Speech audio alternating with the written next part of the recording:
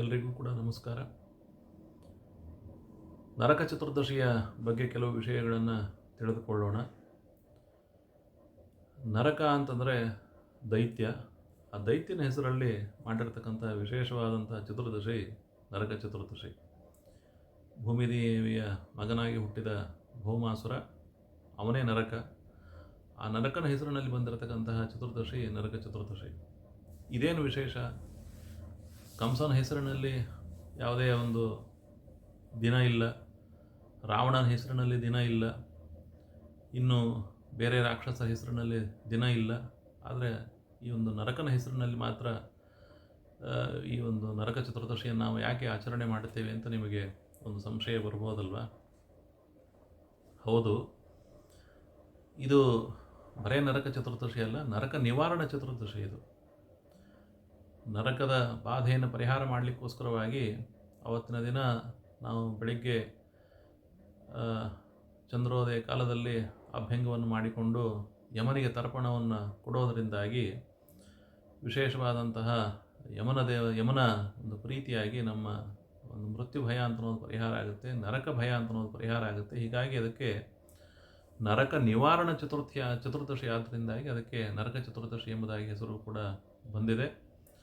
ಅದರ ಜೊತೆಗೆ ನರಕಾಸುರನ ಸಂಹಾರ ಮಾಡಿ ಕೃಷ್ಣ ಬಂದದ್ದು ಎಂಬ ಉಲ್ಲೇಖವು ಕೂಡ ವರಾಹ ಪುರಾಣದಲ್ಲಿ ಹಾಗೂ ಪುರುಷೋತ್ತಮ ಸಂಹಿತೆಯಲ್ಲಿ ಬಂದಿದೆ.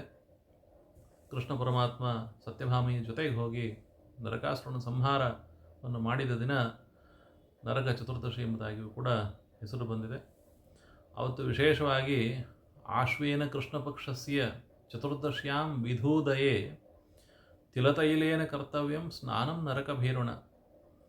ಅವತ್ತು ತಿಲತೈಲವನ್ನು ಹಚ್ಚಿಕೊಂಡು ಎಳ್ಳಿನ ಎಣ್ಣೆಯನ್ನು ಹಚ್ಚಿಕೊಂಡು ಎಲ್ಲರೂ ಕೂಡ ವಿಶೇಷವಾದಂತಹ ಸ್ನಾನವನ್ನು ಮಾಡಬೇಕು. ಇಲ್ಲದೇ ಇದ್ದರೆ ಅವರಿಗೆ ನರಕ ಪ್ರಾಪ್ತಿ ಆಗುತ್ತೆ ಅಂತನ್ನೋದು ಶಾಸ್ತ್ರದಲ್ಲಿ ಬಂದಿರತಕ್ಕಂಥ ವಿಷಯ. ಹಾಗೆ ಆ ಸ್ನಾನ ಮಾಡಬೇಕಾದ್ರೆ ನಾವು ಅನೇಕ ಮೂಲಿಕೆಗಳನ್ನು ತಲೆ ಮೇಲೆ 3 ಸಲ ತಿರುಗಿಸಿ ಬಿಸಾಕಬೇಕು ಎಂಬುದಾಗಿಯೂ ಕೂಡ ಅಪಾಮಾರ್ಗ ಅಂತದ್ದು ಉತ್ತರಣೆ, ತುಂಬಿ, ಪ್ರಪುನ್ನಾಟ ಮುಂತಾದವುಗಳನ್ನು 3 ಸಲ ತಲೆಯ ಮೇಲೆ ತಿರುಗಿಸಿ ಅದನ್ನು ಹಿಂದೆ ಬಿಸಾಕಬೇಕು ಅಂತ. ಅಪಾಮಾರ್ಗ ಮಥೋ ತುಂಬಿಂ ಪ್ರಪುನ್ನಾಟ ಮಥಾಪರಂ ಭ್ರಾಮಯೇತ್ ಸ್ನಾನ ಮಧ್ಯೇತು ನರಕಸ್ಯ ಕ್ಷಯಾಯವೈ. ನರಕದ ಭಯದ ನಿವೃತ್ತಿಯಾಗಿ ಇದನ್ನು ಮಾಡಬೇಕು ಎಂಬುದಾಗಿ ವಿಧಾನವನ್ನು ಮಾಡಿದ್ದಾರೆ. ಇನ್ನು ತದನಂತರದಲ್ಲಿ ಸ್ನಾನದ ನಂತರದಲ್ಲಿ ವಿಶೇಷವಾಗಿ ಯಮನ ತರ್ಪಣವನ್ನು ಎಲ್ಲರೂ ಕೂಡ ಮಾಡಬೇಕು. ಯಾಕೆಂತಂದರೆ ನಮಗೆ ಮೃತ್ಯುವನ್ನು ಕೊಡ್ತಕ್ಕಂಥವನು ಯಮ. ಆ ಯಮನ ಭಯ ಪರಿಹಾರ ಆಗಬೇಕು. ಯಮ, ಧರ್ಮರಾಜ, ಮೃತ್ಯು, ಅಂತಕ, ವೈವಸ್ವತ, ಕಾಲ, ಸರ್ವಭೂತ ಕ್ಷಯ, ಔದುಂಬರ, ದಧ್ನ, ನೀಲ, ಪರಮೇಷ್ಠಿ, ವೃಕೋದರ ಎಂಬ ಹೆಸರುಗಳನ್ನು ಹೇಳಿ ಯಮನಿಗೆ ತರ್ಪಣವನ್ನು ಕೊಡುವುದು. ಅದರಂತೆ ಚಿತ್ರ ಮತ್ತು ಚಿತ್ರಗುಪ್ತರಿಗೆ ವಿಶೇಷವಾದಂತಹ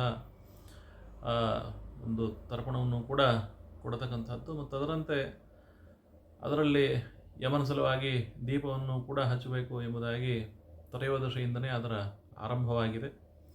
ಸಾಯಂಕಾಲ ವಿಶೇಷವಾಗಿ ದೀಪಗಳನ್ನು ಬ್ರಾಹ್ಮಣರಿಗೆ ಕೊಟ್ಟರೆ ಅದು ವಿಶೇಷವಾದಂತಹ ನಮ್ಮ ನರಕ ಭಯದ ಪರಿಹಾರ. ಆ ದೀಪಗಳನ್ನು ಬ್ರಾಹ್ಮಣರಿಗೆ ಕೊಟ್ಟು ಅದರ ಜೊತೆಗೆ ದೀಪೋತ್ಸವವನ್ನು ಆಚರಣೆ ಮಾಡಬೇಕು ಎಂಬುದಾಗಿಯೂ ಕೂಡ, ಅದರಿಂದನೇ ಈ ದೀಪೋತ್ಸವವನ್ನು ಆಚರಣೆ ಮಾಡುವುದರಿಂದನೇ ಈ ಎಲ್ಲ ದಿನಗಳಿಗೆ ದೀಪಾವಳಿ ಎಂಬ ಹೆಸರು ಕೂಡ ಬಂದಿರತಕ್ಕಂಥದ್ದು. ಮತ್ತು ರಾತ್ರಿಯಲ್ಲಿ ಮನೆಯಲ್ಲಿ ಎಲ್ಲ ಕಡೆಯೂ ಕೂಡ ಆ ದೀಪವನ್ನು ಓಡಿಸಿ ಅಲಕ್ಷ್ಮಿ ನಮ್ಮ ಮನೆಯಿಂದ ಹೋಗಲಿ ಎಂಬುದಾಗಿ ಅನುಸಂಧಾನ ಮಾಡಬೇಕು.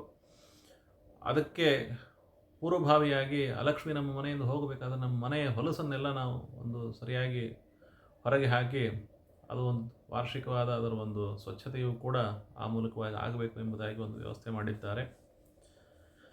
ಇನ್ನು ನಾವು ದೀಪಾವಳಿಯ ಒಂದು ಮುಖ್ಯವಾದ ವಿಶೇಷವನ್ನು ನಾವು ಆಚರಣೆ ಮಾಡಲೇಬೇಕು.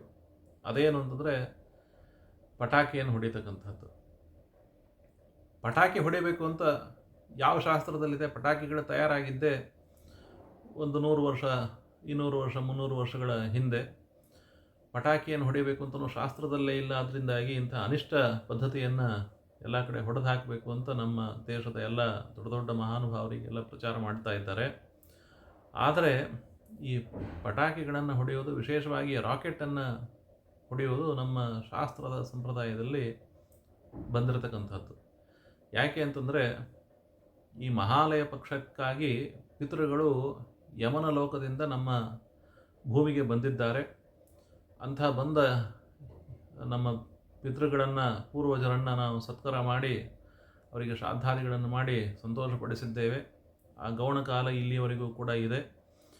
ಹೀಗೆ ಅವರಿಗೆ ವಿಶೇಷವಾದ ಸತ್ಕಾರವನ್ನು ಮಾಡಿ ಅವರನ್ನು ವಾಪಸ್ಸು ಯಮಲೋಕಕ್ಕೆ ನಾವು ಕಳಿಸಬೇಕಾದರೆ ಅವರಿಗೆ ಮಾರ್ಗದರ್ಶನವನ್ನು ಮಾಡಲಿಕ್ಕೆ ವಿಶೇಷವಾಗಿ ಉಲ್ಕೆಗಳನ್ನು ನಾವು ಪ್ರದರ್ಶನ ಮಾಡಬೇಕು.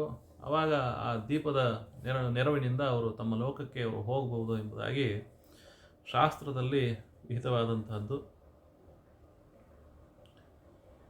ನರಕಸ್ಥಾಸ್ತು ಯೇ ಪ್ರೇತಾಃ ತೇತು ಮಾರ್ಗಂ ವ್ರತಾತ್ ಸದಾ ತುಲಾ ಸಂಸ್ಥೆ ಸಹಸ್ರಾಂಶೌ ಪ್ರದೋಷೇ ಭೂತದರ್ಶಯೋ ಉಲ್ಕಾಹಸ್ತಾಃ ನರಾಃ ಕುರ್ಯುಃ ಪಿತॄಣಾಂ ಮಾರ್ಗದರ್ಶನಂ. ಉಲ್ಕೆಗಳನ್ನು ಹಿಡಿದುಕೊಂಡು, ಉಲ್ಕೆಗಳು ಅಂತಂದರೆ ಜೋರಾಗಿ ಉರಿಯತಕ್ಕಂಥ ದ್ವಂದ್ವಿಗಳು, ಆ ದ್ವಂದ್ವಿಗಳನ್ನು ಹಿಡ್ಕೊಂಡು ಅದರ ಜೊತೆಗೆ ಆ ದ್ವಂದ್ವಿಗಳ ಮೇಲೆ ಹೋಗಿ ಅವರಿಗೆ ಮಾರ್ಗದರ್ಶನವನ್ನು ಮಾಡಲಿ ಎಂಬ ಉದ್ದೇಶದಿಂದ ಜನರು ಈ ಒಂದು ಪಿತೃಗಳಿಗೆ ಮಾರ್ಗದರ್ಶನವನ್ನು ಮಾಡಬೇಕು ಎಂಬುದಾಗಿ ಶಾಸ್ತ್ರವು ಹೇಳ್ತಾ ಇವೆ. ಆದ್ದರಿಂದಲೇ ಅವರಿಗೆ ಅದರ ಶ್ಲೋಕವು ಕೂಡ ಹೀಗಿದೆ: ಅಗ್ನಿದಗ್ಧಾಶ್ಚ ಯೇ ಜೀವಾಃ ಯೇ ಪ್ಯದಗ್ಧಾಃ ಕುಲೇ ಮಮ ಉಜ್ವಲ ಜ್ಯೋತಿಷಾದಗ್ಧಾಃ ತೇಯಾಂತು ಪರಮಾಂ ಗತಿಂ ಯಮಲೋಕಂ ಪರಿತ್ಯಜ್ಯ ಆಗತಾಯೇ ಮಹಾಲಯೇ ಉಜ್ವಲ ಜ್ಯೋತಿಷಾ ವರ್ತ್ಮ ಪ್ರಪಶ್ಯಂತು ವೃಜಂತು ತೇ ಎಂಬುದಾಗಿ ಆ ಮಹಾಲಯ ಪಕ್ಷದಲ್ಲಿ ನಮ್ಮ ಪೂಜೆಯನ್ನು ತೆಗೆದುಕೊಳ್ಳಲಿಕ್ಕಾಗಿ ಬಂದಿರತಕ್ಕಂಥ ಪಿತೃಗಳು ತಮ್ಮ ಲೋಕಕ್ಕೆ ಹೋಗಲಿಕ್ಕೆ ಸಹಾಯಕವಾಗಿ ಉಜ್ವಲವಾದ ಒಂದು ಜ್ಯೋತಿಷನ್ನು ನಾವು ತೋರಿಸಬೇಕು ಎಂಬುದಾಗಿ ಶಾಸ್ತ್ರ ಹೇಳ್ತಾ ಇದೆ. ಹೀಗಾಗಿ ನಮ್ಮ ದೇಶದಲ್ಲಿ ವಿಶೇಷವಾದಂತಹ ಈ ಒಂದು ರಾಕೆಟ್ಗಳನ್ನು ಹೊಡೆಯತಕ್ಕಂಥ ಸಂಪ್ರದಾಯ ತುಂಬ ಪ್ರಾಚೀನ ಕಾಲದಿಂದ ಬಂದಿರತಕ್ಕಂಥದ್ದು. ರಾಕೆಟ್ ಅಂತನ್ನೋದು ಇವತ್ತಿಂದಲ್ಲ, ಇದು ಸಹಸ್ರಾರು ವರ್ಷಗಳ ಇತಿಹಾಸ ನಮ್ಮ ಭಾರತ ದೇಶದಲ್ಲಿದೆ. ರಾಜ ಮಹಾರಾಜರು ಯುದ್ಧದಲ್ಲಿ ಅದನ್ನು ಬಳಸ್ತಕ್ಕಂಥದ್ದು ಕೂಡ ನಾವು ನೋಡಿದ್ದೇವೆ.